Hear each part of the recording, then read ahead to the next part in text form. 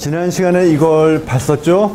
영화에 봤었고, 자, 이게 20대 후반에 영부인이 됐고, 권력의 최고점에 올랐고, 뭐 죽었고, 유방암으로. 아르헨티나에서 여전히 에비타는 빛과 그림자로 작용한다고 지난 시간에 했던 것 같고요.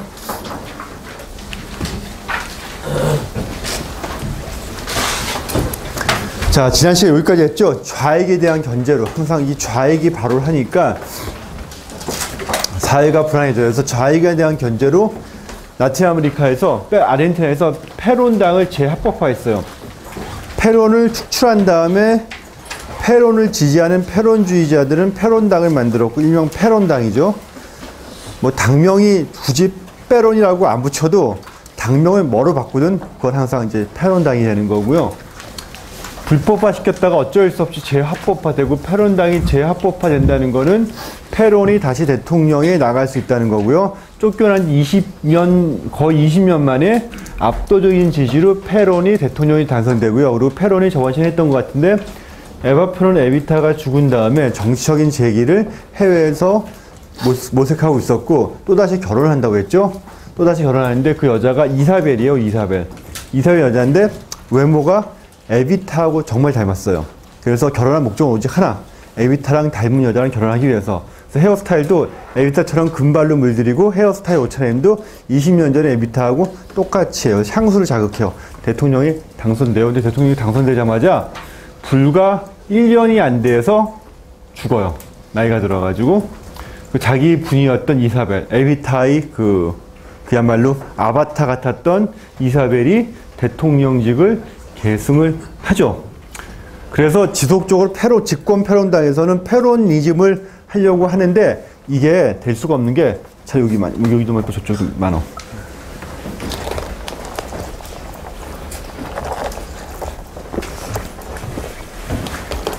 할 수가 없었던 게, 페로니즘의 가장 기본 바탕은 1차 수출품, 특히 그 중에서도 농산물하고 축산물이 제일 커요.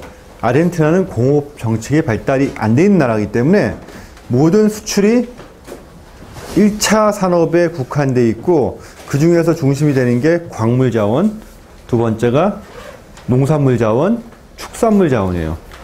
근데 이게 아르헨티나의 축산물이 2차 세계대전 이후에 더 이상 경쟁력이 없어요.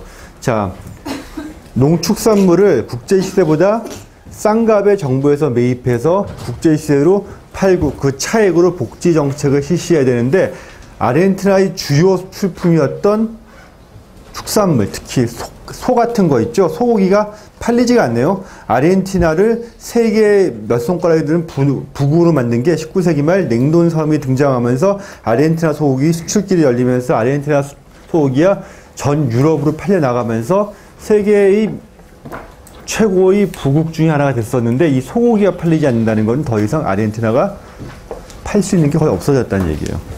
자, 소고기, 아르헨티나 그렇게 경쟁력이 막강하던 아르헨티나 소고기가 2차 세계대전 이후에 왜 경쟁력을 상실했을까요? 뭐 때문에? 바로 미국산 소고기 때문에. Made in US. 자, 미국산 소고기는 어떻게 경쟁력을 확보했을까? 첫 번째 경쟁력, 가격 경쟁이 중요하죠. 가격은 싸야 되고, 가격은 싼데 질은 더 좋아야 돼요. 자, 지난 시간에 했었죠? 풀을 먹인 소와 사유를 먹여서 먹인 소의 차이가 뭔지. 풀을 먹인 소는 육즙이 풍부해요. 육즙이라는 건 고기를 구웠을 때 이 즙이 풍부해. 그만큼 살아있어요. 우리나라 사람들은 처음에 그거 먹으면 어떡해요? 노린내가 난다고 느껴지는데 육즙이 살아있어요. 그 대신에 풀을 먹였기 때문에 운동량이 많죠? 풀을 먹이면서 한가하게 뜯어먹고, 그래서 부위별로 마블링이 일정할 수가 없어요. 반면에 미국산 소고기는 사료를 먹이기 때문에, 그쵸, 가져놓고 사료만 계속 먹이고 도축을 하죠. 모든 게 자동화가 이루어져요. 뭐 가우처 같은 카우보이도 필요 없고, 집어넣고 사료 먹이고 도축하고, 모든 게 공정화 시스템이 돼요. 태어날 때부터 사료 먹이고 도축까지 모든 게 하나의 컨테이너 벨트에서 자동차를 생산하듯이, 그래서 굉장히 효율성이 높아지고 가격을 다운시키고, 또 가격을 다운시키기 위해서 가장 큰 이유 중에 하나가 뭘까요? 여러분들은 너무 잘 알아. 미국산 소고기가, 사료는, 풀은 공짜야. 사료는 비싸. 그쵸? 사료는 돈 주고 사야 돼. 풀은 공짜야. 그쵸? 건초값은, 유럽에선 건초값을 돈 주고 사야 돼. 유럽의 풀지를 겪기 때문에. 아르헨티나는 깔린 게 빰빠스. 돈 안 들어요. 그냥 뜯어 먹으면 돼. 미국산 소고기, 살을 먹여야 돼. 근데 미국산 소고기 어떻게 가격지원해서 모든 거를 대형화시켰고. 그쵸? 규모의 경제를 해서 가격을 낮추는데 일단은 사료의 문제를 해결했어요.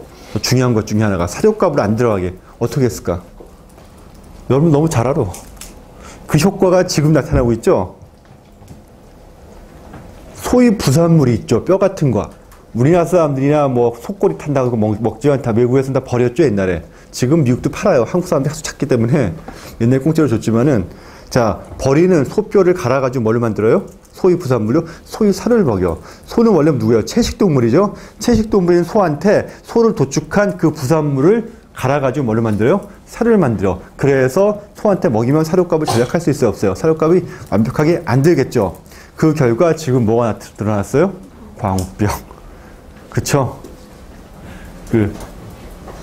채식동물인 소한테 자신의 부산물을 먹여가지고 자신들이 동료를 도축한 걸 먹이니까 결국 몇십 년 뒤에 뭐가 생겨요? 그쵸?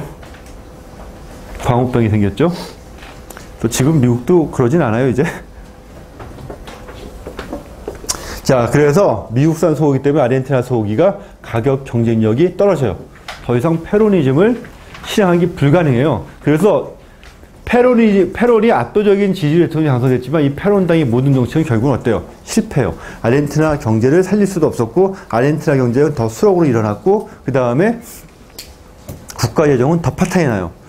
그러니까 결국은 쿠데타가 또 일어나요. 쿠데타 다음에 애프터 쿠데타 다음에 애프터 쿠데타가 계속 일어나가지고 비델라 쿠데타, 비올라 집권, 다른 사람이 집권하고 그 다음에 또 깔티에리가 또 다른 사람이 집권하고 1년에 뭐 2번씩도 바뀌고 이때를 뭐라고 하냐면 요 시기를 페론이 쫓겨나고 아르헨티나가 영국과 포클랜드 섬을 놓고 전쟁을 벌여요. 일명 포클랜드 전쟁인데 포클랜드 전쟁에 패해서 군부 독재가 퇴진될 때까지 요 몇 년간을 더러운 전쟁, 게라수스야 더러운 전쟁 기간을 불러. 왜?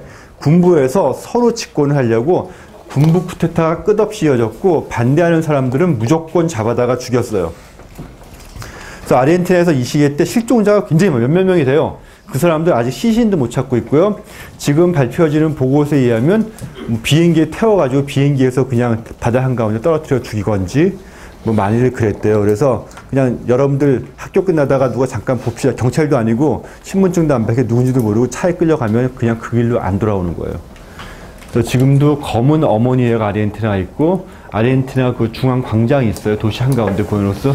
아직도 어머니들이 검은 옷을 입고 촛불을 들고 자기 아들, 딸 사진을 들고 계속 거기를 배회하고 있습니다. 검은 어머니 모임, 그때 사라진 자신의 아들, 딸을 찾기 위해서. 시신이라고 찾고 싶은데 뭐 시신 있겠어요? 이렇게 비행기에 떨어뜨리고 죽이고 뭐 미림 속에 처박고 그랬었는데. 끝없이 정치가 불안하죠. 경제도 불안하죠. 재정 적자죠. 엄청난 인플레이션 휩쓸이죠. 결국 이런 모든 사회적으로 불만했을 때 군부에서 제일 하기 좋은 게 애국심을 자극하는 거예요. 국민들의 애국심을 자극해요. 우리 원수는 영국이다. 특히 남미 사람들 모든 내부의 문제를 외부에서 찾으려는 경향이 있다고 그랬죠. 내 탓이 아닌 너희 탓. 자, 영국으로 돌려요. 특히 영국에서 포클랜드를 점령을 했거든요. 그래서 포클랜드라는 섬은 아르헨티나 바로 앞에서 있는 섬인데 영국에 점령해가지고 영국 계속해서 차지하고 있었어요. 그러니까 이 모든 국민적 애국심을 고취시켜서 영국에 점령하고 있는 이 포클랜드를 점령하자고 성공해요. 그 포클랜드 영국에 주둔하는 영국군이 몇십 명밖에 안 됐어요. 몇십 명밖에 영국군이 주둔 안 하고 있었고 아르헨티나가 부대를 보내서 그거를 점령을 해. 아르헨티나 군부의 착각. 그러더라도 이 당시 영국은 영국병에 심하게 알고 있었던 때하고 1970년대 말 IMF 체제까지도 관리받았을 때였어요. 그 다음에 그 복지병도 영국에 시달릴 때였고 복지정책으로 무너져 있었고 근데 마침 이때 누가 집권을 해요? 대처 수상이 마거렛 대처 수상이 집권을 해요. 여자라고 우습게 철의 여인이었어요.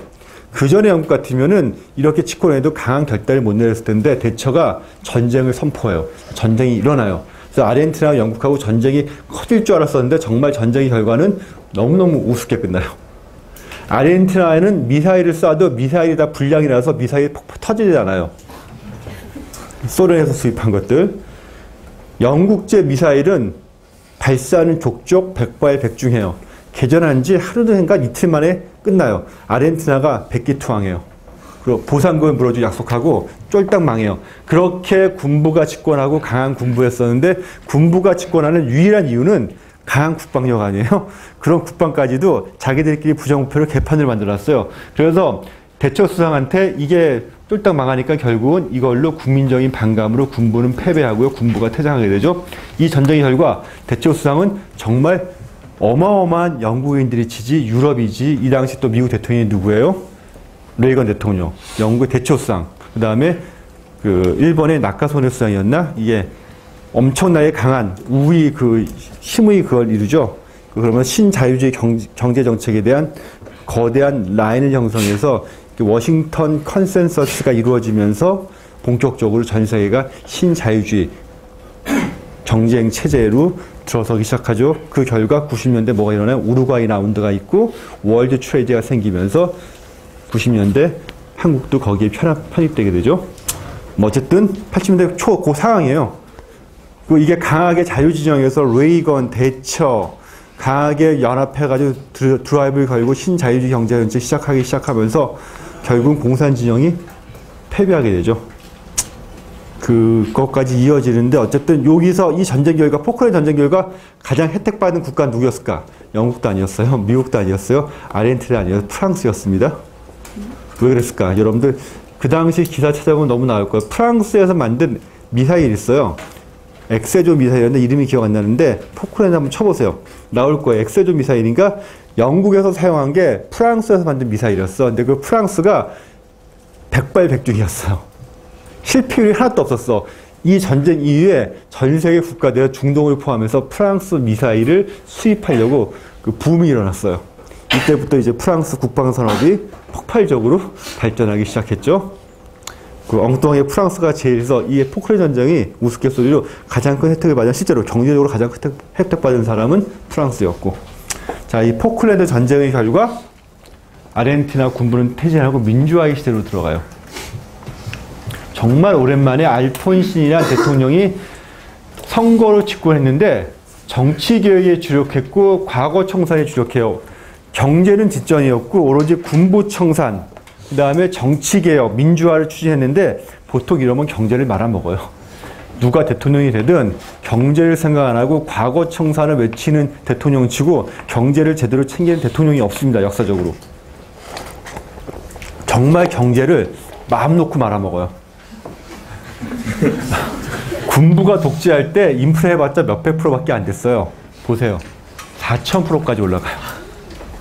경제는 내팽개치고 오로지 군부 독재 청산이 맺히니까 이게 뭐가 되냐면은 사회 갈등이 생겨요. 아무리 군부가 독재하고 나쁜 독재였지만은 그래도 군부 독재할 때 혜택을 받는 계층은 반드시 있어요. 그렇죠? 이 모든 거를 적으로 돌리면은 더군다나 이 계층들은 아르헨티나의 모든 기득권을 누리는 기득권 세력이에요. 거기에 대한 전쟁을 선포해요. 그리고 그들이 경제를 쥐고 있던 세력이야. 이들을 상대로 누른다는 거는 예를 들어서 아르헨티나의 주요 회사들을 세무조사하고 세무조사를 누르고 잡아들이고 국민들 봤을 때는 속이 시원하겠지만은 경제는 정말 철저하게 무너져요. 그 결과. 그래서 경제내전, 게라스시아, 더러운 전쟁이 끝나고 또 다른 더러운 전쟁으로 빠져들어요. 경제내전으로. 자, 내가 이때 아르헨티나 여행했었어요. 아르헨티나 여행했는데 기가 막힌 게 내가 그때는 학생 때니까 별 5개짜리 호텔을 못 있고 별 4개짜리 호텔이 별 4개짜리 호텔이 좋은 데잖아. 내가 못 믿겠어가지고 그 세이프티 박스에 일부 넣어놓고 일부는 거기도 왠지 불안해. 세이프티 박스도 워낙 치안이 그러니까 그 옷 사이에 양말 사이에 한 100불 정도나 숨겨놨었거든요. 갔다 오니까는 그게 없어졌어. 일하는 사람이 보통 메이드가 청소하러 들어오잖아. 청소하는 사람이 갖고 간 거야. 그러니까 말이 안 되는 게 호텔에서 청소하는 사람이 가방을 뒤어서 가방을 도로 훔쳐간 거야. 그래서 경찰에 신고하니까는 자기들이 할 수 있는 게 아무것도 없대요. 뭐 걔를 잡아서 자기들이 고문해야 되겠네. 우리 민주화 시대라서 고문도 못하고 옛날 고문이었을 할 텐데. 그래서 리포트를 하래. 그래서 언제 할 수 있겠냐 했더니 한 달 걸릴 거래. 나 내일 일주일 뒤에 떠난다고. 뭐 도와줄 생각은 없는 애들이고. 이런 식이 했었는데 4,000%잖아요. 돈을 바꾸면, 페루는 그 당시 9,800%, 돈을 바꾸면 100불 바꾼 돈이 이만큼 나와요. 그리고 100불을 절대 그날 바꾸면 안 돼. 현금 갖고 썼던 게, 오전에 10불 바꾸고, 점심 때 10불 바꾸고, 저녁 때 10불 바꿔야 되는 게, 1배소에 오전에 예를 들어서 1200배소면 3시간 뒤에 1400배소가 되고, 그날 저녁 때는 2000배소가 돼요. 자고 일어나면 3000배소가 되고. 그러니까 이거를 100불을 한꺼번에 바꾸면 그것처럼 바보가 없어요.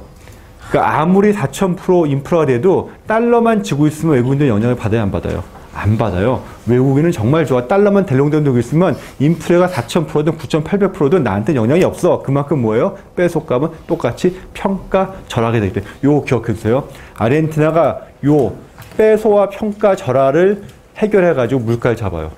그리고 바로 그 물가 잡는 그 방법 때문에 경제 위기, 국가 부도가 나요. 자, 경제 내정 상태에서 정말 기분 좋게 경제를 말아먹어요. 택시를 타도 택시 미터기가 없었다고 했죠. 몇 번 얘기했었는데 택시 미터기에 돈을 안 나오고 1번, 2번, 3번, 4번 번호로 나오고 오전 탔을 때하고 오후 탔을 때하고 택시 가격이 틀려. 그래서 시간별로 가격표가 나와요. 택시 거기 회사에서. 1번은 1000페소, 2번이 나오면 3000페소, 오후에 또 바뀌어. 1시간별로.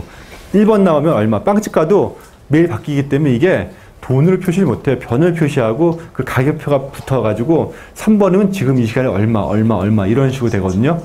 자, 그런 상태에서 드디어 페론당이 메넴 대통령이 당선돼요. 아르헨티나는 이때부터 지금까지 모든 대통령 후보가 무슨 당 소속? 페론당 소속이라고 그랬죠. 당은 중요하지 않아. 모든 대통령 후보가 당은 페론당이야. 같은 당에서 같은 대통령 후보들끼리 대통령 놓고 싸우는 건데, 자, 사회주의적 경제정책을 공력으로 내세우죠. 자, 메넴 대통령, 페론당. 당연하죠. 페론당이니까 페로니즘을 세워야 되겠죠. 복지정책, 임금 인상, 노조를 옹호해주고 이래야 되는데 대통령이 당선된 다음에 말을 싹 바꿔요. 과거의 페론주의자들과는 달리 신자유주의 시장경제를 적극적으로 접어들어요. 그래서 메넴은 페론당 대통령이었지만 신자유주의 경제정책을 대통령이 되자마자 모든 공약을 무시하고 받아들여요. 그 결과 아르헨티나 경제가 어떻게 경제를 살려놔요. 경제가 살아나. 근데 아르헨티나뿐 아니라 90년대 있죠. 모든 라틴 아메리카 국가들이 거의 80년대는 독재가 있었어요. 군부 독재. 페루가 그랬고, 그 다음에 브라질 그랬고, 아르헨티나 그랬고, 칠레도 그랬죠. 우루과이도 그랬고, 모든 군부 독재에 있던 국가들에서 물론 전통적으로 군부 독재가 한 번도 없던 나라, 학교 초에 있죠. 군부 힘이 약한 멕시코는 한 번도 군부 독재가 없었고요. 콜롬비아, 다음 장에서 하겠지만 콜롬비아는 군부 독재가 한 번도 없었습니다. 군부 독재가 없던 나라는 어떡한다? 몇몇 그 대지주, 까우디오 후손들이 지네들끼리 다 해먹어요. 이런 몇몇 나라를 빼고는 남미에 아르헨티나, 브라질, 페루, 우루과이, 칠레 등등에선 보통 남미의 남쪽에 있는 나라들에서 다 군부 독재를 경험했고요. 80년대 전부 약속이 단 듯이 보통 80년대 초반부터 80년대 중반 한국의 올림픽 전후에서까지 군부 독재가 싹 물러나요. 요때를 세계사에서 라틴 아메리카와 아시아의 독재자들이 물러나는 시점과 맞물. 한국에서도 어때요? 전두환 군부 독재 없어졌죠. 필리핀도 마르코스 군부 독재 없어졌죠. 많은 국가에서 군부 독재가 아시아, 라틴 아메리카의 민주화의 봄이라고 해요. 야, 거기 뭐냐, 거기. 내가 니네들 때문에 말이 끊겨야 되겠니? 듣기 싫으면 나가든지. 수업 듣기 싫으면 나가라고 그랬지. 자, 군부 어디까지 했죠? 내가 이게 말이 끊기면은 헷갈려. 민주화, 그래. 민주화 시대였고, 어쨌거나 80년대 군부 독재가 물러나면서 라틴 아메리카에서 민주화 일어나요. 모든 국가. 브라질도 마찬가지고 아르헨티나 마찬가지인데 칠레를 제외하고는 칠레는 민주화가 들어서도 자유주의 신장 경제 정책을 그대로 이끈다고 그랬죠. 경제가 지속적으로 발전해요. 칠레를 제외한 브라질, 아르헨티나 이런 국가들에서 어떻게 해요? 경제를 쫄딱 민주화를 추진하면서 경제가 무너져서 인프라 몇천 프로까지 올라가요. 페루도 그랬고 아르헨티나도 그랬고. 그래서 80년대 말을 아르헨티나뿐만 아니라 브라질이나 페루나 이런 국가들이 경제 내전으로 바뀌어요. 더러운 전쟁, 군부 독재로 인한 더러운 전쟁이 끝나고 경제 내전으로 바뀌고, 자, 이때 메넴 대통령이 당선된 또 한 가지, 아르헨티나는 전부 체인이에요. 아르헨티나뿐만 아니라 주변의 다른 국가들 있죠? 페루도 마찬가지고, 페루는 누가 대통령 당선이냐?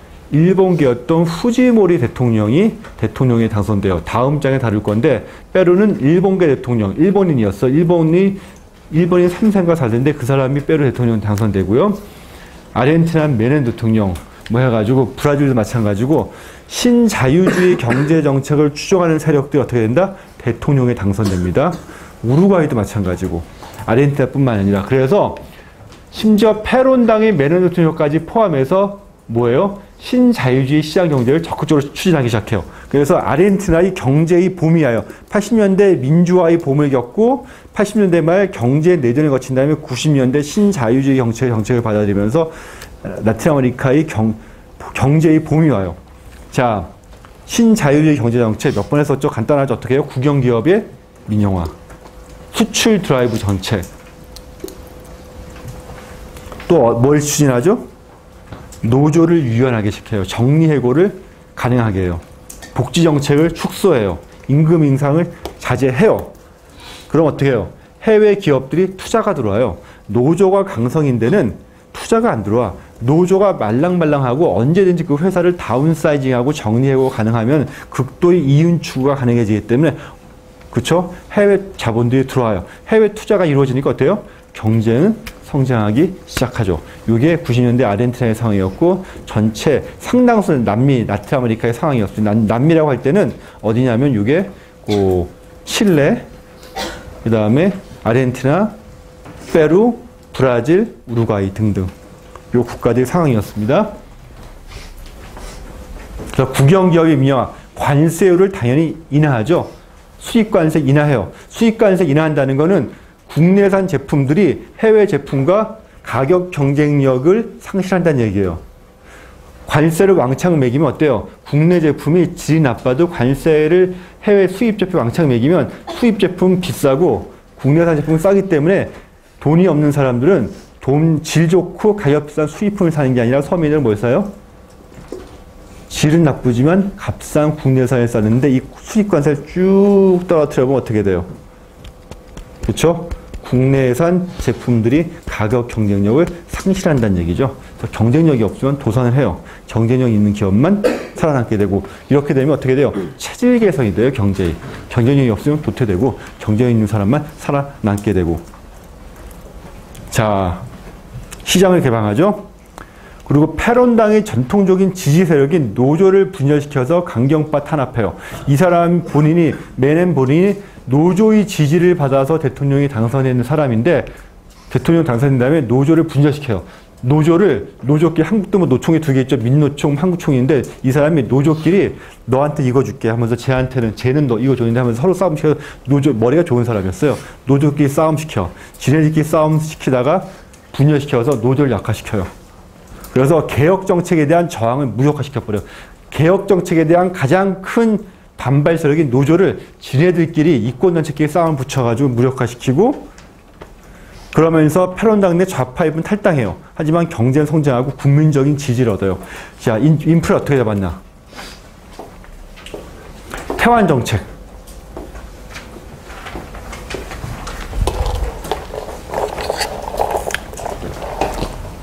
태완 정책은 아까 그 달러 얘기했죠? 1달러에 예를 들어서 계속 올라가요. 인프레에 따라서 달러가 뺏어와도 인프라가 된다는 거는 자국 화폐의 가치가 떨어진다는 얘기예요. 1배소에 오전에 1000배소 하던 게 오후에 1200배소. 달러화에 대해서 배소화가 평가절하가 되는 거죠. 그쵸? 배소값이 평가절하는 거죠. 1달러에 그 다음날 2000배소 막 올라가. 이거 어떻게 잡았냐? 무조건 1달러에 1배소로 묶어버려요. 태완 정책이야. 그럼 어떻게 돼?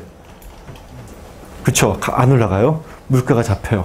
수천 프로에 달하던 인프레를 이 정책으로 하루아침에 잡아버려요. 그래서 1991년 고정한 다음에 바로 84%밖에 안 나고 1년 뒤에는 1.7%밖에 안 나요. 96년에 물가가 거의 상승을 안 해요. 정말 지니어스하다고 이게 각광을 받아요.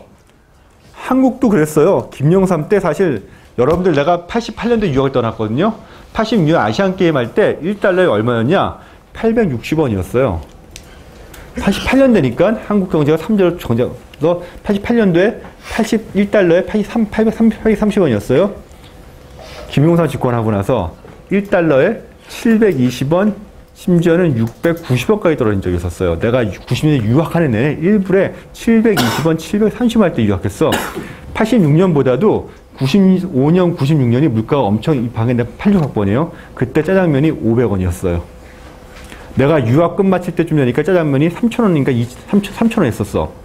근데 지금 짜장면 얼마예요? 5,000원인가 하죠? 86년에서 95년 사이에 9년 사이에 짜장면이 몇백 올랐, 6배 올랐죠? 95년 가격에서 지금에는 몇백 올랐어. 많이 안 올랐죠? 많이 안 올랐어요. 물가 이렇게 많이 안 올랐어요. 안 오른 이유가 하나 있죠? 중국산 제품이 있었죠? 한국 물가 굉장히 많이 도와줬어요. 사실은 우리가 중국산 욕하면 안 돼, 절대. 진짜요. 중국산이 이렇게 안 들어왔으면 여러분들 지금 된장찌개 하나 15,000원, 2만원 주고 먹어야 돼. 자, 한국 경제도 보세요. 86년에 짜장면 500원, 우표가 그때 20원이었어. 20원이었어. 하던 게 95년이니까 우표가 이미 100원이 넘었어요. 짜장면이 벌써 3,000원 가까이 했어. 이게 이렇게 많이 올랐는데 달러화는 1달러에 80년대 830원이 가던 게 860원이 가던 게 95년, 90년대도 720원밖에 유지가 됐어. 정상적인 아니죠? 정상적인 아니죠? YS 정부에서 그렇게 유지한 것도 있어. 왜? 목표 하나 있죠. 국민소득 2만 달러를 이루기 위해서. 그럴 거 아니야. 자본은 저렇게 이루어질 거 아니야. 그쵸? 어쨌든 한국도 그 지나치게 경제 체질보다도 우루과이 라운드 편입되면서 자본 이틀 해주는데 달러에 대해서 원화가 지나치게 평가 절상되어 있으니까 어떻게 돼요? 결국 이게 외환 위기를 맞죠? 아르헨티나도 마찬가지예요. 실제로 1달러에 한 2,000배소까지는 가야 되는데 무조건 1달러에 1배소 묶어놓으니까 어떻게 돼요? 수도꼭지를 막아놓으면 어떻게 돼요? 일단은 막아져요. 결국은 어때요? 수도관이 터져요. 경제 위기로 이어져요. 이때 내가 88년도 이때 아르헨티나 갔을 때 아르헨티나는 너무너무 여행하기 좋은 나라였어요. 인프라가 4,000%가 됐던 내가 이때 아르헨티나를 한 바퀴 다 돌았거든요. 돈이 별로 안 들어. 정말 내가 달러만 지고 있으면 오전 오후 암시장 가서 이것만 제때 바꿔주면 물가 오르든 말든 물가 더 오르면 나한테 더 외국인 더 좋아요. 물가가 많이 오면 오를수록 나는 그 혜택을 최대한 받을 수 있어. 정말 행복하게 여행했어요. 그리고 정말 내가 유학생이고 돈 온 유학생이지만 아르헨티나가 정말 부자처럼. 근데 이 정책이 시행하는데 모든 외국인이 더 이상 아르헨티나 여행 불가능지였어. 왜? 우표가 1배소였어요. 그럼 오늘은 1달러야. 아르헨티나 물가가 계속 올라요. 그래서 무표값이 나중에 20배소까지 올라. 근데 여전히 1배소 1달러 되니까 외국인이 우표 사려면 얼마를 줘야 돼요? 20달러 줘야 돼요. 햄버거, 맥도날드 햄버거 하나 줘도 맥도날드 햄버거가 10배소인데 나중에 물가가 계속 올라요. 잡아놓으니까 맥도날드 햄버거 하나 주는데 100불을 넘게 줘야 돼. 너는 맥도날드 하나 먹고 100불 넘게 주고 먹겠어? 이게 문제가 되죠. 그래서 결국은 이게 터져요. 그리고 그렇게 되면 수입이 돼요, 안 돼요? 수입은 되지. 수출이 안 되는 거지. 그쵸? 수출이 안 될 거 아니야?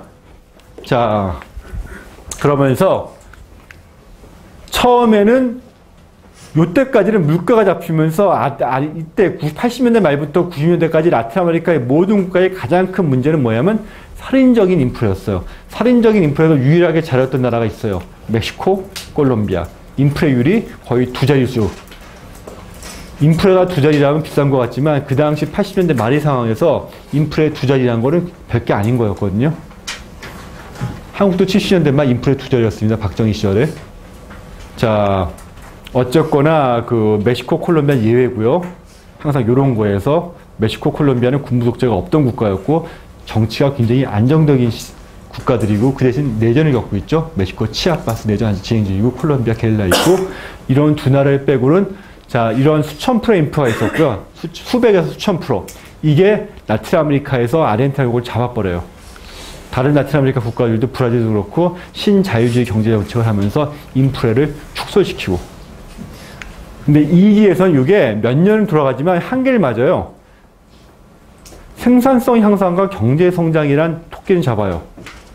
국민 소득이 약 50% 증가해요. 부의 분배 실패. 모든 신자유주의 경제의 가장 큰 문제는 국가적인 부는 성장해요. 하지만 그 성장의 혜택은 소수의 기업들만 누리고 대다수의 기업들은 못 누리고 국민들은 체감을 못 해요. 그리고 이 글로벌 경제에 편입되기 때문에 경제 성장이 고용으로 이어지진 않아요. 여러분들 한국 사회도 현재 우리가 대한민국 경제가 직면하고 있는 모든 문제들 그대로 생각하면 그대로 될 거예요. 기업은 크는데 그 부가 경제의 누수 형상이죠. 밑으로 누수가 되지 않고 몇몇 기업에 그대로 남아요. 그래서 가진 자들만 더 누리게 되고 없는 사람들은 더 없어지고 빈부격차는 더 심해지고 일자리 창출 통해서 이 부가 창출된 부가 기업 통해서 누수 효과로 밑바닥까지 이어지지가 않게 됩니다. 또 경쟁이 없는 기업은 도태되고. 자, 환율 정책도 실패해요. 이거를 언제까지 이렇게 막을 수가 없는 거였고 경제 위기가 와요. 결국 왜 오냐? 아시아발 경제 위기가 오면서 이 체제도 무너져버려요. 아르헨티나 국가부도 선언해요. 지지율 급락, 대통령 선거 실각해요. 그래서 결국은 경제 위기가 와서 국가 부도를 선언하면서 최악의 경제 위기를 맞아요. 한 달 사이에 대통령이 3명이 바뀌어요. 정치 경제 혼란이 지속되고요. 결국은 2001년 의회에서 그것도 국민선거를 통해서가 아니라 워낙 한 달 사이에 3명의 대통령이 바뀌니까 의회에서 대통령을 긴급하게 뽑아버려요. 워낙 경제 상황이 안 좋았고.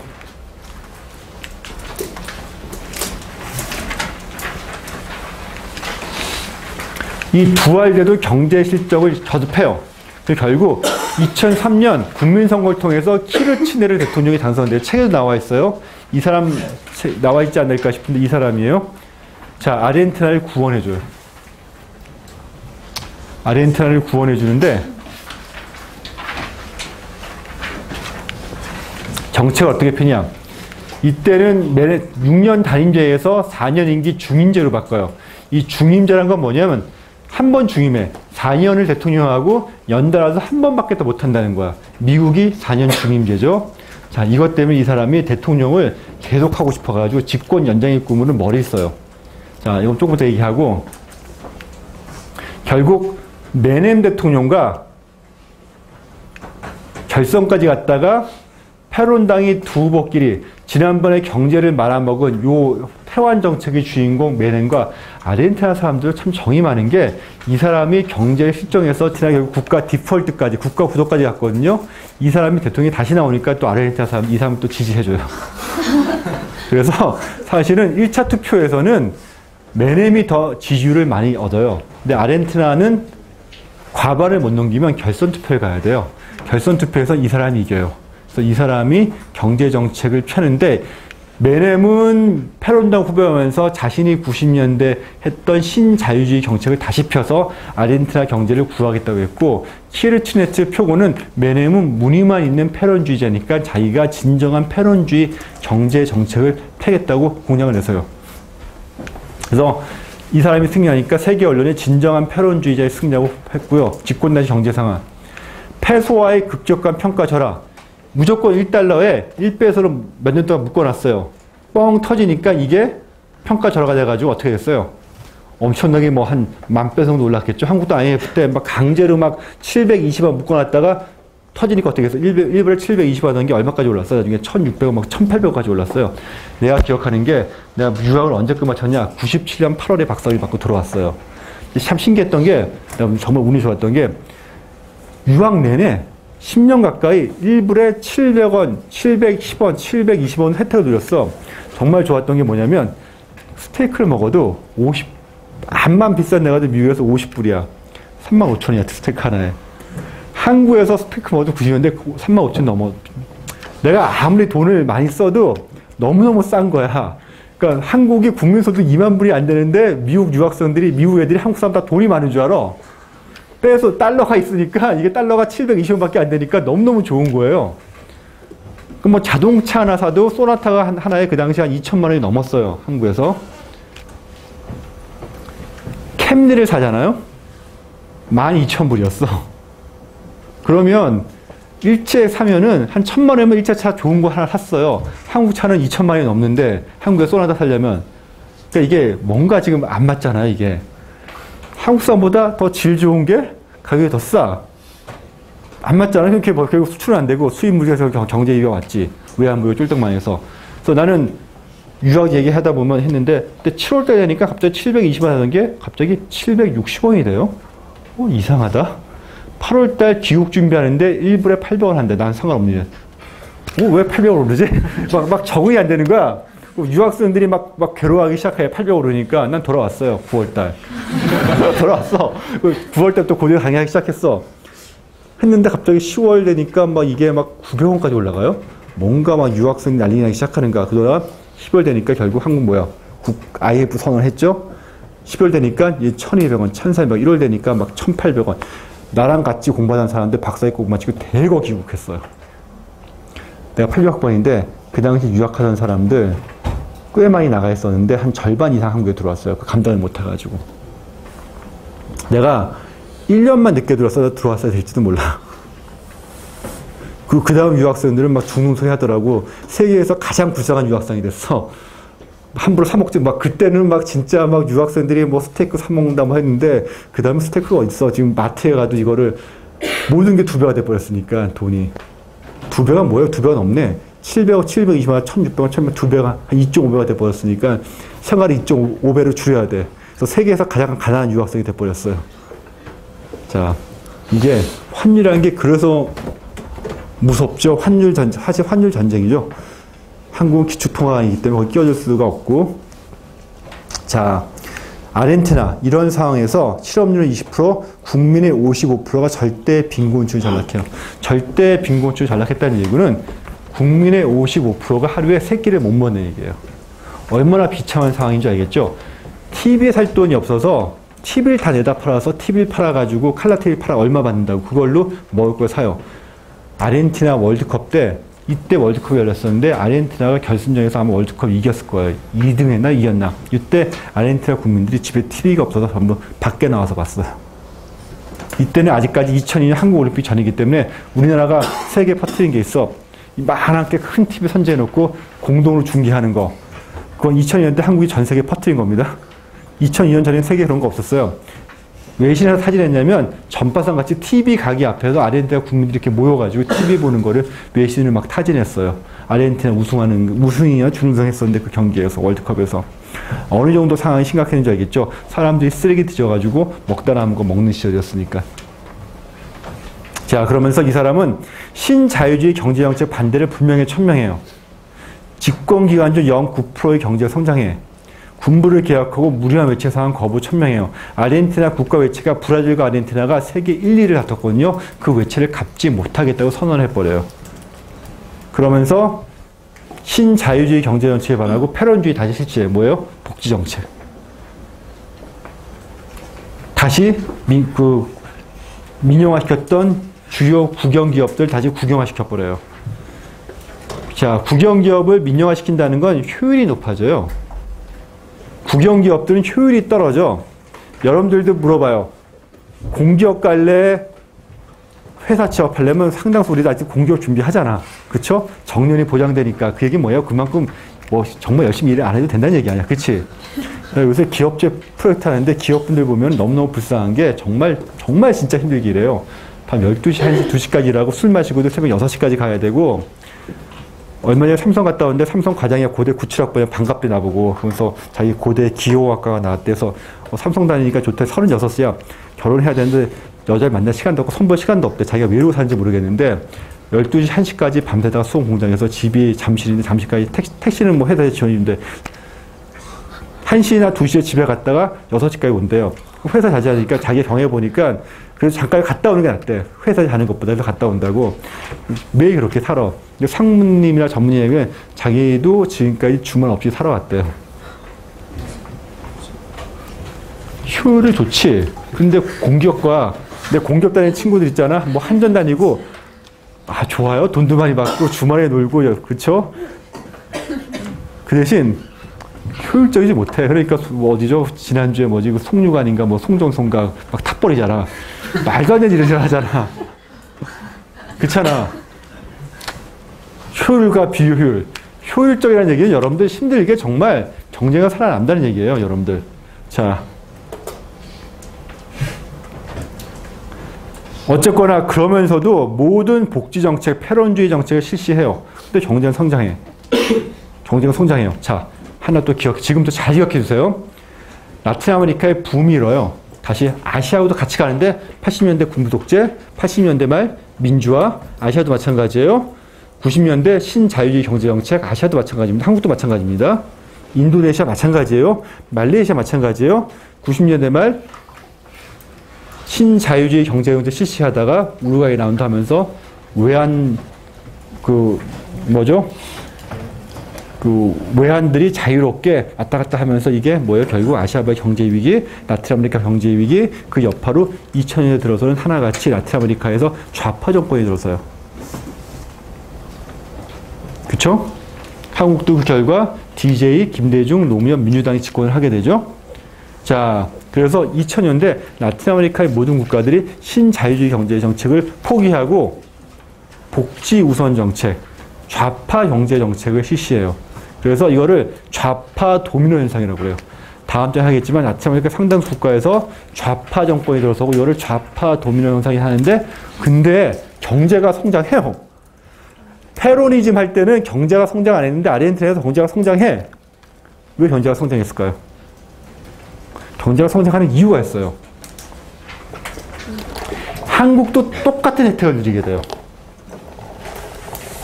아르헨티나가 좌파 경제 정책을 피고 복지 정책을 시행함에도 불구하고 노조의 임금을 인상해 줌에도 불구하고 경제가 성장하네? 잘 돌아가요. 그 이유.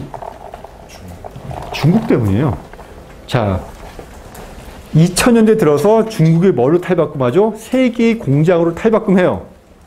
중국에서 싼 가격에 전 세계에 막 물건들을 공급하기 시작해. 사실 그 덕에 세계 물가가 잡혀요. 안 그랬으면 물가가 1년에 세계 전체로 몇 프로 올라갈 게 잡혀요, 사실. 한국도 마찬가지고. 내가 그랬잖아. 86년부터 95년까지 한국 물가가 엄청 올랐는데 막상 그때부터 지금까지 물가가 그렇게 많이 올라왔다고. 중국이 있어요. 전 세계적으로. 자, 중국에서 세계의 공장이 돼가지고 막 중국 경제 발전하면서 막 만들어내니까 뭐가 필요해요? 중국의 공장을 돌리려면 석유가 필요하죠? 구리가 필요하죠? 철광석이 필요하죠? 모든 원자재가 필요해요. 자, 그럼 이 원자재가 어디서 들어와요? 라틴 아메리카에서 들어와요. 그래서 라틴 아메리카의 지하자원 광물값이 엄청나게 올라요. 구리값 엄청나게 올라옵니다. 철광석값 엄청나게 올라요. 한두 배 올리는 게 아니라 몇 배가 올라요. 이때 지하자원 원자재 펀드에 투자한 한국 사람들 돈 엄청 벌었어. 내 친구들도 돈 엄청 벌어가지고 자산운용사 찾아다니는 사람들 많아요. 진짜 조금 번 정도가 아니라 내 고등학교 친구들 돈을 정말 많이 벌어서 머리가 빠릿빠릿했는데 이때 원자재 펀드 투자한 애들 돈을 한두 배 번 게 아니라 몇십 배를 뻥뻥 튀겼어요. 그래서 몇십억을 번 게 아니라 몇백억 번 애들이 많아, 한국에도, 내 주위에. 이 상황이었어요. 이때 어떤 일이었었냐면 한국에도 막 여러분들 그 당시 기사 찾아보면은 그 당시 서울 때 안 했어. 한국에서 워낙 구리값이 많이 오르니까 전선 있죠. 막 전선을 잘라가지고 팔았고, 고물상에. 다리 있죠. 다리에 이렇게 무슨 다리 붙어 있는 거 떼가지고 팔았고요. 맨홀 뚜껑 갖다가 팔았고, 한국도 곳곳에 맨홀 뚜껑이 없어졌습니다. 워낙 많이 오르니까. 철광석이 오르니까 포스코에서 워낙 오르니까 그래서 인도에 말도 안 되는 인도에 들어가면 안 되는데 인도에 공장을 진다고 막 들어간 게 뭐냐면 워낙 오르니까 싼 가격에 현지에서 철광석을 공급받으려고 지으려고 했고 결국은 지금 아마 지지부진할 거예요. 했는데 워낙 지금 손해 많이 보고 인도는 외국 기업이 들어가려면 안 되는 회사야. 아르헨티나도 마찬가지고. 그래서 포스코가 그런 악수를 들 수밖에 없으니까 워낙 이게 가격이 오르니까 이게 언제까지 올라요? 2008년도까지. 언제까지? 미국발 서브프라임 모기지 사태까지. 계속 올라요. 또 한 가지. 요게 빠릿빠릿하고 증권업계에서 몸담은 애들 이렇게 하는데 꼭 내 주위에 교수님들 계세요. 라틴 아메리카 펀드 오르고 브릭스 펀드 오르고 막 하니까 원자 펀드니까 꼭 2007년도가 최고점이었어. 막 그때 많이 들었어. 은행에서 막 전화 오고 하면 교수님 막 드세요. 아직까지도 원고형 못하고 있어. 그때 팔았어야 되는데 그래도 지고 있어. 언제까지 오르겠지. 2008년 몇 년, 4년, 5년 전에 아직까지 모르고. 사람은 내가 교수라서 모르지만은 사업하시는 분들 대단해요. 그분한테 하는 게 있어. 이 교수님 하면서 사업을 하려면 때로는 패를 던질 때를 정확히 알아야 돼. 던질 땐 던져야 되는데 포기할 땐 포기해야 돼. 우리가 그걸 못하는 게 교수는 그걸 못해요. 여러분들이 만약에 그쪽에 관심 있다면 패를 잡을 때 정확히 파악하고 던질 때는 손을 보고 던져야 돼. 그걸 못하면 여러분 사업하지 마세요. 내 경험이야. 내가 최고위 과정 운영해봐서 사업하는 분들 아닌데 사업하는 분들은 그거 정확히 잘해. 그걸 못하면 회사 말아먹어. 투자할 땐 투자하고 포기할 땐 포기하고 그건 잘하시더라고요. 정말 잘하더라고. 자, 그래서 이런 모든 거를 함에도 불구하고 경제가 성장합니다. 아르헨티나뿐만 아니라 모든 국가들이. 나중에 남미 좌파 정권 할 때 할 거예요. 자, 1인당 GDP가 늘어나요. 국민 55%가 절대 빈곤층이었는데 이게 회복이 돼요. 회복이 되면서 그 절대 빈곤층 20% 선으로 축소가 돼요. 자, 그래서 이 사람이 이때는 한창 경제가 잘 들어갈 때니까 대선에 나가면 되는데 이 사람이 재주권을 포기해요. 중임 정책이라고 했죠? 중임이라는 거는 한 번 하고 그만두면 다음번에 또 나갈 수 있어. 그리고 한 번 하고 또 그만두면 또 나갈 수 있어. 그러면은 이 사람이 한 거는 자기가 4년 하고 6년 하고 물러나고 자기 부인 대통령 만들고 한 번 하고 물러나고 그 다음에 또 자기가 나가고 시킨 다음에 물러나고 그 다음에 대통령에서 물러나고 자기와 부인이 영구 집권을 할 생각이었어요. 말도 안 되는 얘기죠? 이게 먹혀요, 아르헨티나에선. 이 사람이 부인이에요. 미스 아르헨티나 출신이었고 굉장히 예쁜 여자인데 별명이 성형미인이에요. 인조인간. 이게 다 성형 얼굴이야. 그래서 자신을 에비타 동일시켜요. 에비타 향수를 자극해.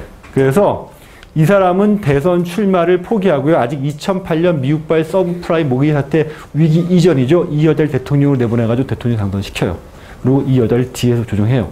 아르헨티나 국민들이 이 여자 머리가 빈 인조인간이라고 별명이 머리 빈 인조인간이에요. 머리 빈 성형인간. 하지만 정치정책 하나도 몰라요. 남편이 뒤에서 조정하고. 이 여자 임기 끝나면 이 남자가 일어날 생각이었었는데 이게 무너져요. 하나. 이 여자 임기 중에 이 남자가 뇌졸중으로 사망을 해요. 이 여자 재선에 성공을 해요. 그때 에비타 향수를 이용해서 재선에 성공해요. 인기는 없었는데도 재선에 성공합니다. 그래서 현재 아르헨티나 대통령이에요. 아르헨티나에서 유일하게 재선에 성공한 여자 대통령. 아르헨티나 라틴 아메리카에서 처음으로 선거를 통해서 대통령이 된 여자 대통령. 라틴 아메리카 첫 번째 여자 대통령은 페론이 부인했던 이사벨. 근데 남편이 죽고 승계한 건 선거가 아니라 이 여자는 선거를 통해서 대통령 당선된 처음 대통령. 두 번째 라틴 아메리카에서 처음으로 재선에 성공한 여성 대통령. 근데 이 여자 11월 달인가요? 지난달에 뇌졸중으로 쓰러졌어요. 대통령 다시 나갈 수 있을지 없을지는 모르겠습니다. 아르헨티나 사람들 뇌졸중 참 잘 걸려요. 그 이유 고기를 너무 좋아해. 아르헨티나 사람들 아침 일어나서 뭐 먹는 줄 아세요? 아침에 고기 먹어요. 아침에 스테이크 먹고 점심 때 스테이크 먹어요. 그리고 저녁 때 스테이크 먹어. 그러니까 내가 아르헨티나 일주일 여행하는 내내 아침, 점심, 저녁 스테이크 먹은 기억밖에 없어요. 근데 고기가 정말 맛있어. 고기도 한 이만큼씩 내 얼굴만한 거 먹어요. 여기가 아파. 내가 고기를 먹으면서 여기 아구가 아프다는 느낌 처음 받아봤어. 그래서 뇌졸중이 많아요, 사실은. 아르헨티나 제일 큰 병, 동맥경화, 뇌졸중, 고기 많이 먹으니까. 아르헨티나 사람들 그러면서 자기들 동맥경화 안 걸린 이유 하나 있어요. 롯데에서 판다. 맛대차. 맛대차 파는 거 못 봤어요? 다이어트 되는 게 아르헨티나 사람들 있죠? 우루과이 사람들 항상 매일 마시는 게 있어요. 이렇게 매일 한 들고 다니면서 중국 사람 차 마듯이 매일 물이죠. 차처럼 마시는 맛대차 되게 쓴맛이야. 그걸 빨대 빨아먹거든요. 그게 지방을 분해시켜준대요. 그래서 그나마 이렇게 고기를 먹는데 도움은 된대요. 근데 그걸 먹어보세요. 정말 그 다이어트 원하는 여학생들. 효과 있어요. 아르헨티나 사람들이 증명이에요. 그렇게 고기 먹는데도 그래도 그나마 이렇게 유지할 수 있는 게 효과 되게 높대요. 이렇게 맛대차가 지방 분해 효과. 맛대. 자, 그런데 뉴 애칭이 뭐냐? 스스로가 에비타로 칭해요. 뉴 에비타 애칭했고요. 근데 대통령 당선되자마자 지지율이 급락해요. 2010년 대선에서 남편이 부인을 대신하여 재도전 하려고 했었는데 이 사람이 죽는 바람에 하지 못하고요. 자, 근데 키르치네스 정부가 사실은 인플레율을 조작했어요. 여기서 인플레를 9.8%라고 정부 공식 발표했지만 실제로는 몇 프로냐? 20% 넘었다고 그래요. 이거 조작했고요. 그리고 아르헨티나가 중국발 경제 훈풍 때문에 이게 올라가고 또 한 가지 식량 가격까지 올라가요. 중국 사람들이 2000년대 이전하고 이후에는 중국 사람 3위 질이 틀려져요. 그렇죠? 중국 사람들이 잘 살게 돼. 잘 살게 되니까 뭐가 늘어나냐? 빵을 그 전보다 많이 먹게 되고요. 밥도 그 전보다 많이 먹게 되고. 그래서 아르헨티나산 농산물이 중국에서 수요가 생겨가지고 처음에 중국 자체 생산한 걸로만 했었는데 이게 경제가 급성장하고 식량 수요가 폭발해서 그걸 어디서 수입하냐? 아르헨티나에서 수입을 해요. 그래서 아르헨티나 경제에 도움을 줘요. 자, 그런데 이게 문제가 생겨요. 이 여자가 경제 집권을 하면서 문제가 뭐냐? 공식 발표 인플레는 10%인데 실제로는 더 높고요. 노조가 매년 20% 인상 요구해요. 인상 합의해요. 그리고 포퓰리즘 정책을 펴요. 에너지와 생필품 가격을 통제해요. 그래서 석유값을 일정 이상 못 받게 해요. 가스값을 일정 이상 못 받게 해요. 버스값을 일정 이상 못 받게 해요. 결국 어떻게 되냐? 버스값이 실제로는 100배소 해야 되는데 50배소에 묶어. 석유값은 계속 오르는데 안 돼. 그럼 어떻게 되냐? 버스 회사들이 버스 운행을 중단해요. 에너지값을 강제로 통치하니까 어떻게 되냐? 에너지에서 계속 적자를 맞다 보니까 에너지 생산을 중단해요. 가스 공급이 안 돼요. 그래서 아르헨티나 시내에서 가스 공급이 안 되네? 석유 구할 수 없네? 이런 문제점이 발생해요. 로베스피에르식 가격 통제 문제점, 포퓰리즘 정책 문제점 먼저 수업 시간에 했었죠? 가격을 통제하면 다른 부정이 생기기 시작해요. 에너지 위기, 대중교통수단 운행이 중단해요. 물 부족. 물값을 강제로 묶어버리니까 물값을 싸게 하면 물 부족 사태가 벌어져요. 빈곤층 비율이 높고요. 계속 증가하는 범죄율. 그리고 또 한 가지. 세계 에너지 및 식량 가격이 폭등해요. 에너지 폭등은 여러분들 배럴당 석유가 2000년대 초까지 20불 하던 게 나중에 2008년 서브프라임 모기지 직전까지 110불, 120까지 올라갔었거든요. 에너지 폭등해요. 그 다음에 식량가도 폭등하니까 식량 가격이 폭등하면 아르헨티나가 식량을 수출하니까 좋을 것 같죠. 근데 이게 문제가 생겨요. 무슨 문제냐?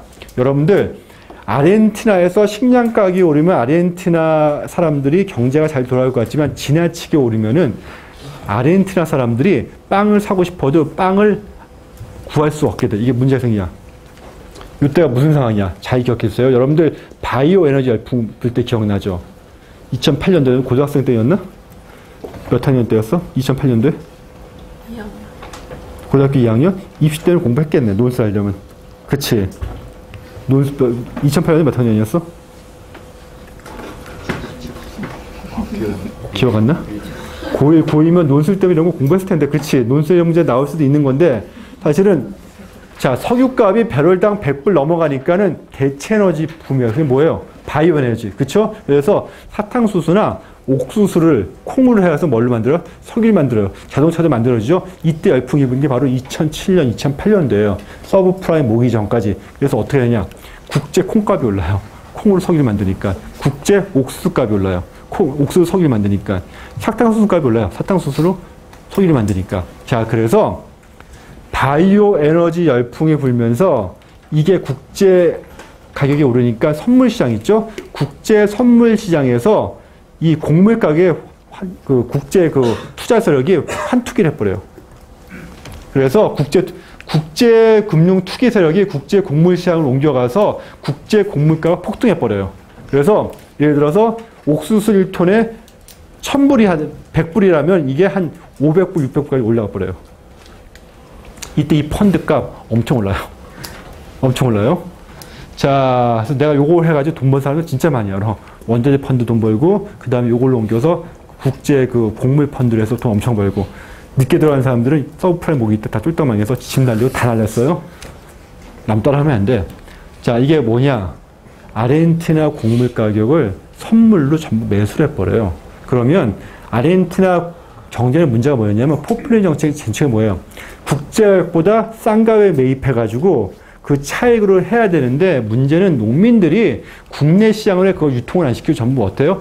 국제 시장으로 유통을 시켜버리는 거예요.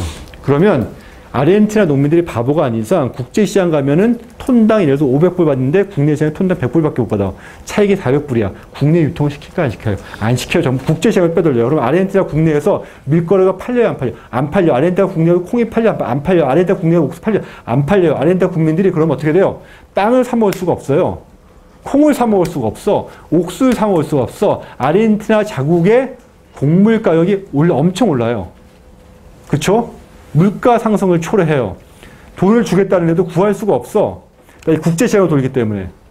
자, 그래서 이걸 타개하기 위해서 이 여자가 어떤 정책이냐? 수출세를 먹여요.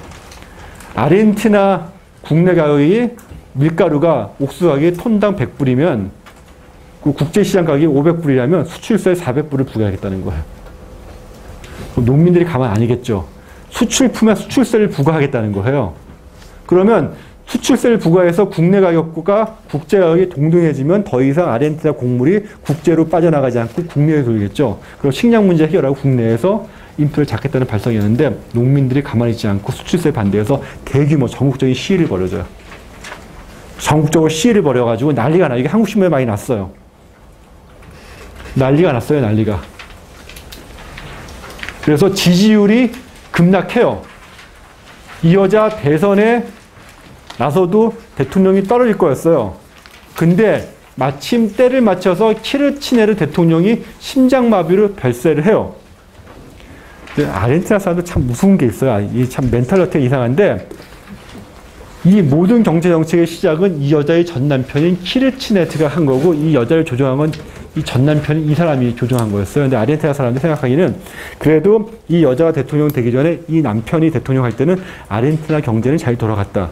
돌아간 게 아니었어요. 겉으로만 잘 돌아간 것처럼 보였을 뿐이지. 그렇기 때문에 이 남자가 죽으니까 이 전 대통령, 죽은 남편에 대한 동정론이 활성돼요. 그래도 그 남자는 잘했고 부인 못할 뿐이지. 그러면서 남편이 죽으니까 부인에까지 그래서 얼마나 불쌍해. 남편이 죽었는데. 동정표가 발생하고요. 그러면서 부인은 에비타에 대한 향수 자극해가지고 정부 청사에 31m의 에비타 초상, 세계 최대 에비타 초상을 걸어버려요. 이 여자가. 이게 먹혀요. 그래서 에비타에 대한 동정 여론 플러스 남편에 대한 동정 여론으로 경제를 이렇게까지 말아놓고도 이 여자 대통령이 당선돼요. 그래서 큰 표차로 재선에 성공합니다. 그리고 이 수출세 경제 위기는 2008년도에 어떻게 돼요? 서브 프라임 모기지 사태가 떨어지면서 국제 곡물가 하락하죠. 대체 에너지에 대한 수요 없어지죠. 석유값이 100불대로 떨어지기 시작하죠. 그러면서 사라지게 되죠. 이제 모든 게 세계 시장 속에 같이 돌아가고요. 근데 이 여자는 대통령 당선된부터 에비타에 대한 향수를 대통령이 대선했죠. 더 적극적으로 포퓰리즘 정책을 펴요. 노인연금은 37% 인상을 해요. 무주택 가격의 집세 보조금을 매달 1,200배에서 지급해요. 50% 넘게. 아르헨티나의 모든 국민은 축구 경기를 무료로 볼 권리가 있다. 유료 TV였던 축구 경기를 무료 지상파로 전해요. 그래서 아르헨티나 축구협회 국가에서 1억 5천만 달러를 매달 지급해줘야 돼요. 아르헨티나의 모든 국민은 거의 공짜로 전기와 가스를 쓸 권리가 있다. 전기가스가 유류세가 아르헨티나에서 거의 공짜예요. 여러분들이 전기를 아무리 틀어도 거의 돈 안 내. 에어컨 하루 종일 틀어놔도 돈 안 내. 어때요? 모든 국민이 전기를 정말 아낌없이 써요. 나갈 때도 불 안 꺼. 그러다 보니까 어떻게 되냐?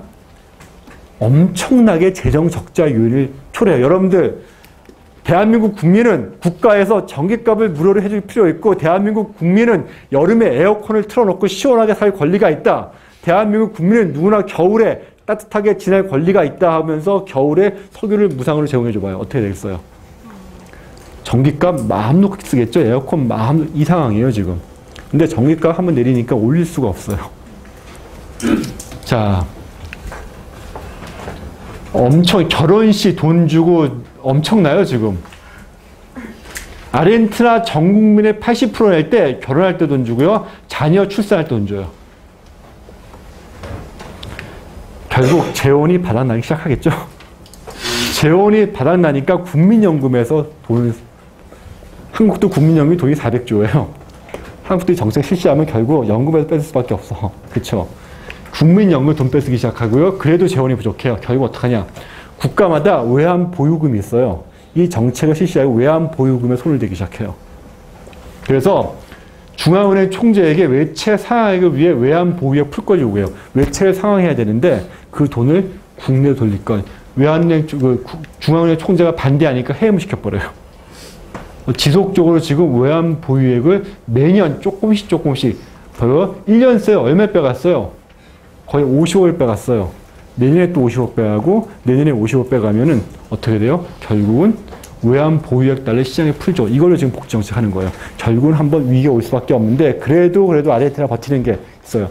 세계가 못 가진 엄청난 지하자원, 그 지하자원을 지금 중국이 사들이고 있습니다. 중국에서 국가적으로 병원 무료로 세워주죠. 많은 거를 무료로 대줘요. 중국에서. 그리고 중국에서 곡물 수요가 계속해서 발생하고 있기 때문에 더 이상 중국 자체 생산량으로 중국 곡물 수요를 감당을 못해요. 아르헨티나에서 지속적으로 곡물을 사가요. 그리고 중국이 얘네 잘하는 게 대국이에요. 쪼잔한 거 신경 안 쓰고 가격을 후하게 쳐줘요. 그래서 아르헨티나의 민심을 지속적으로 지금 잡고 있기 때문에 중국이 버티는 한 아르헨티나도 버텨질 겁니다. 우리나라는 뭐 아무것도 없지. 사실 중국 눈치 보야, 미국 눈치 보야, 일본 얼마나 불쌍해 죽겠어, 지금. 그쵸? 우리는 여러분들이 이렇게 열심히 공부할 수밖에 없어. 무한 경제. 여러분들이 공부 안 하면 우리나라는 아르헨티나 이래도 국가가 버텨져요. 그 엄청난 지하자원 때문에. 그리고 중국이 지금 미국을 대신해서 아르헨티나, 페루를 차지하려고 하기 때문에 정말 이게 무서운데, 자, 그러면 여러분들 아르헨티나의 현주소. 아르헨티나는 대표적으로 어떤 나라냐? 투자 기피 국가입니다. 몇 분이니? 40분. 투자 기피 국가입니다. 투자를 하면 안 돼요. 왜? 아르헨티나는 자, 이거 다시 좀 해줄래?